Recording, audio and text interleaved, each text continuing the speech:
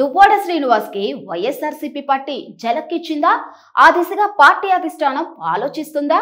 దువ్వాడ శ్రీనివాస్ కి చిక్కులు తప్పవా? దువ్వాడ శ్రీనివాస్ వల్ల పార్టీకి తలనొప్పి కానుందా? అందుకే పార్టీ నుండి సస్పెండ్ చేయడానికి రంగం సిద్ధమైందా? దువ్వాడ శ్రీనివాస్ విషయంలో వైఎస్ జగన్ ఏమి నిర్ణయం తీసుకోనున్నాడు అనే విషయాలను ఈ వీడియోలో చూద్దాం. ముందుగా మా విక్రమ్ టీవీ ఛానల్ ని సబ్స్క్రైబ్ చేసుకోండి. లేటెస్ట్ అప్డేట్ కోసం పక్కనే ఉన్న బెల్ ఐకాన్ కొట్టడం మర్చిపోవద్దు. ఇక వివరాల్లోకి వెళ్దాం. గత కొద్ది రోజులుగా వైసీపీ ఎమ్మెల్సీ దువ్వాడ శ్రీనివాస్ కుటుంబ వ్యవహారం వీధికెక్కింది. కుటుంబ కలహాలతో దువ్వాడ శ్రీనివాస్ పార్టీ పరువు ప్రతిష్టలను దిగజార్చారన్న అభిప్రాయం వైసీపీ నేతల్లో ఉంది.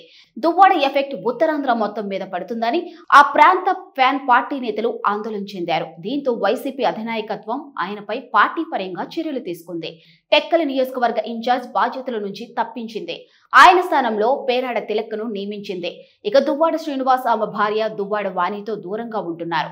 ఆయన మరొక మహిళతో సహజీవనం చేస్తున్నారంటూ గత కొన్ని రోజులుగా దువ్వాడ వాణితో పాటు శ్రీనివాస్ కుమార్తె హైందవి ఆయన ఇంటి ముందు ఆందోళనకు దిగారు.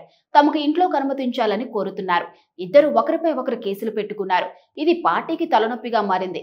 ముఖ్యంగా మీడియాలో ప్రతిరోజు ఇదే విషయంపై చర్చ జరుగుతూ ఉండటంతో డ్యామేజ్ భారీ స్థాయిలో జరుగుతుందని భావించిన వైఎస్ జగన్ ఆయన్ను టెక్కల్ ఇన్ఛార్జ్ నుంచి తప్పించారు. ఆయన స్థానంలో గతంలో ఇన్ఛార్జిగా వ్యవహరించిన పేరాడ తిలక్ను నియమించారు. పేరాడ తిలక్ గత ఎన్నికల్లో పార్లమెంట్ స్థానంలో పోటీ చేశారు. దువ్వాడ శ్రీనివాస్ కు వైసీపీ నాయకత్వం మంచి ప్రయారిటీ ఇచ్చింది.